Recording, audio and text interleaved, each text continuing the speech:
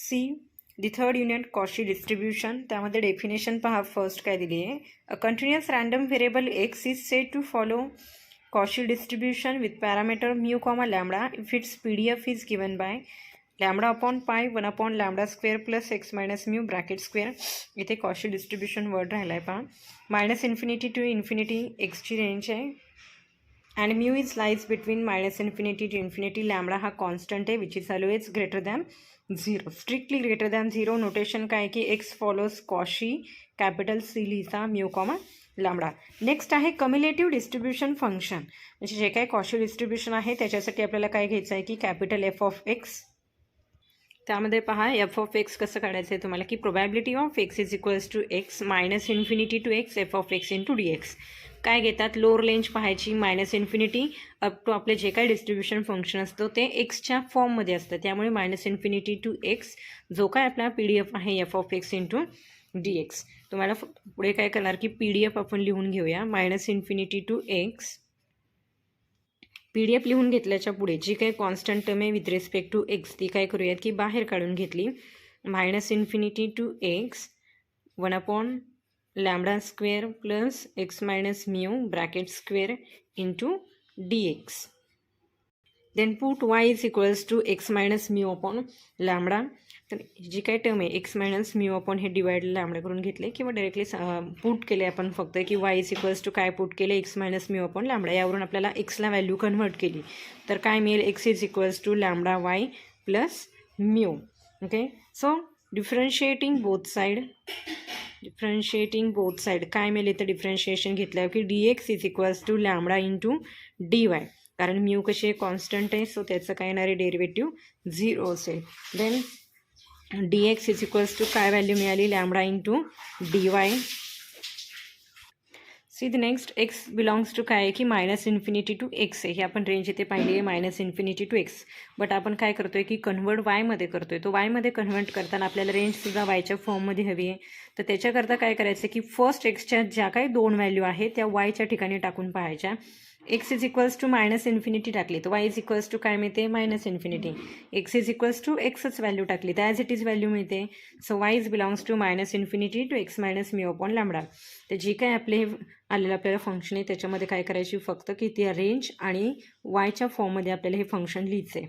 काय मिळेल lambda by pi minus infinity to x minus mu upon lambda 1 upon lambda square plus y into lambda bracket square. हे कसे आले हे पहा एक्स मायनस म्यू तुम्हाला कशामध्ये कन्वर्ट करायचं आहे वायच्या फॉर्ममध्ये.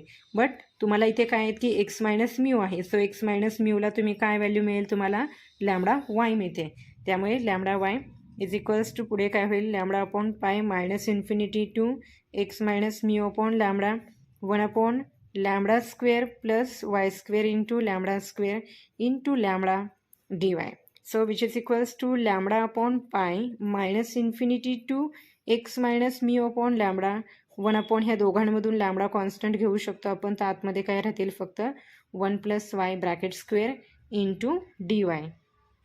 आपल्याला काय मिळाले की हे फंक्शन आपल्याला मिळाले सो त्याच्या पुढे काय होतील हे लॅम्बडा आणि हे लॅम्बडा दोघांचा lambda square upon pi into integration of x minus mu upon lambda 1 upon 1 plus y square into d Y. आता या ठिकाणी काय होईल की हे लॅम्बडा स्क्वेअर आणि इथे जे तुमचे कॉमन लॅम्बडा स्क्वेअर आहेत आपले ते कॅन्सल आउट होतील.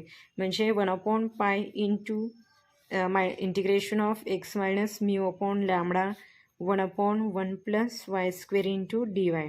हे कशाचं फॉर्म आहे पहा की याचं काय असतं टॅन इनव्हर्स ऑफ वाय करताचं हे काय असतं इंटिग्रेशन असतं. तर काय मिळेल 1 upon pi into bracket of tan inverse of वायचं जे काही तुम्हाला इंटिग्रेशनचा हा फॉर्म्युला आहे तो घेतला minus infinity to x minus mu upon lambda. So which is equals to 1 upon pi into bracket of tan inverse of first value टाकून घेतली x minus mu upon lambda minus of tan inverse of minus infinity. हे काय होतं minus minus plus होऊन जातात 1 upon pi into bracket of tan inverse of x minus mu upon lambda minus minus plus होतात आणि tan inverse of infinity करता काय मिळते व्हॅल्यू पाय बाय 2. तर याच्यामध्ये काय करू शकतो पहा आपण या दोघातून जर का कॉमन पाय घ्यायचा म्हणलं आपण तर काय मिळेल पहा आपल्याला. या दोघांमधून कॉमन काय घ्यायचं आहे, पाय बाहेर घ्यायचा आहे. इथने घेऊ शकता. आता पहिल्यांदा पहा 1/पाय आणि आपण कॉमन काय घेतोय, हा पाय बाहेर घेतोय. पण या ठिकाणी आहे का, या ठिकाणी काय और कॉमन टर्म घेण्याच्या ऐवजी सरळ काय करायचं की मल्टिप्लाय करून घेऊया. कॉमन घेण्यापेक्षा डायरेक्टली मल्टिप्लाय केले की तुम्हाला इझी समजेल की tan इन्व्हर्स ऑफ जे काय ब्रॅकेटच्या बाहेरचे 1/पायची टर्म आहे ती आतमध्ये मल्टिप्लाय केली. हे 1/पाय आणि हे π/2 इथे काय राहतील फक्त 1/2. ही काय झाली तुमची डिस्ट्रीब्युशन फंक्शन f(x) ची value for Cauchy distribution with parameter mu comma lambda करता. See the next point is the quartile from distribution function. So first काय करावं लागेल आपल्याला, डिस्ट्रीब्युशन फंक्शन लिहून घ्यावं लागेल. जे आपण लिहून घेतले त्याच्या पुढे काय करायचं आहे आपल्याला की फर्स्ट क्वार्टाईलला काय आपण डिनोट करतो, Q1. ते काय घेतो आपण की f(Q1) इज इक्वल्स टू काय असते व्हॅल्यू 1/4. Q1 काय करतो आपला फर्स्ट की 1/4 मध्ये आपल्याला म्हणजे फर्स्ट पार्टमध्ये तो डिवाइड करतो. देन काय येईल आपल्याला, आता f(Q1) इज इक्वल्स टू 1/4 आहे. Q1ला काय पहा इथे x आणि हे Q1 आहेत.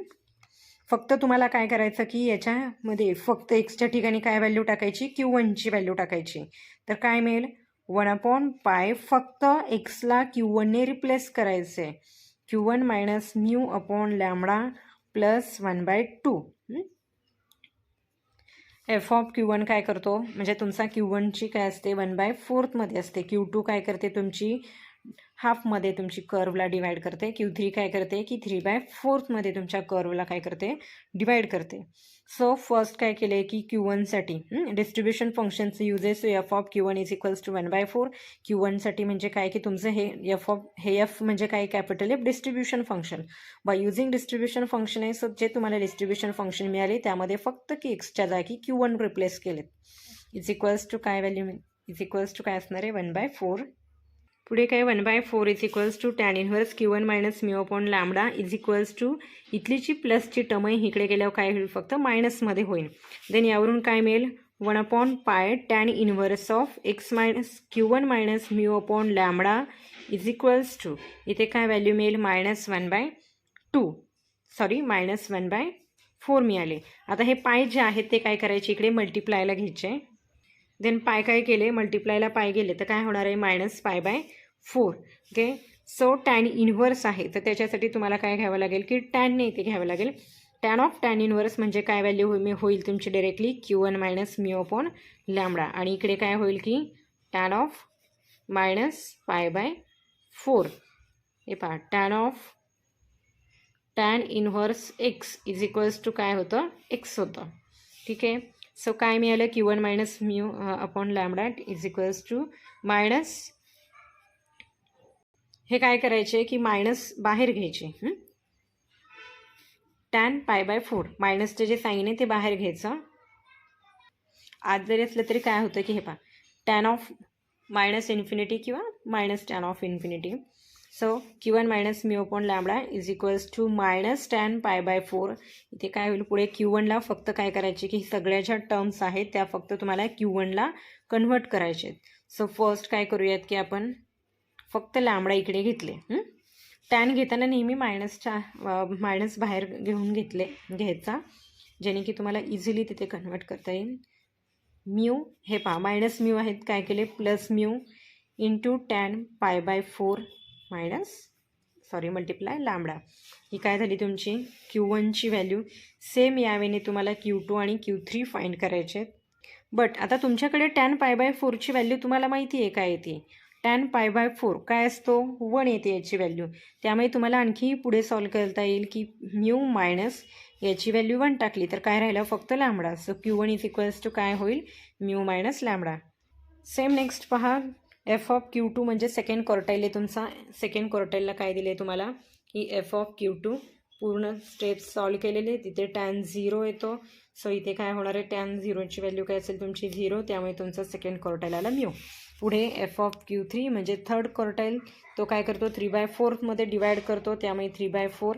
पुढे टॅन ऑफ काय ते सगळ्यात शेवटी अगदी सॉल्व केलं आहे तुमचं. इथेही तुमचा टॅन π/4च येतो, ती व्हॅल्यू 1 असते, त्यामुळे लॅमडा प्लस म्यू. तुम्हाला एक एक्सप्लेन केले, बाकीचे तुम्ही सॉल्व करू शकता.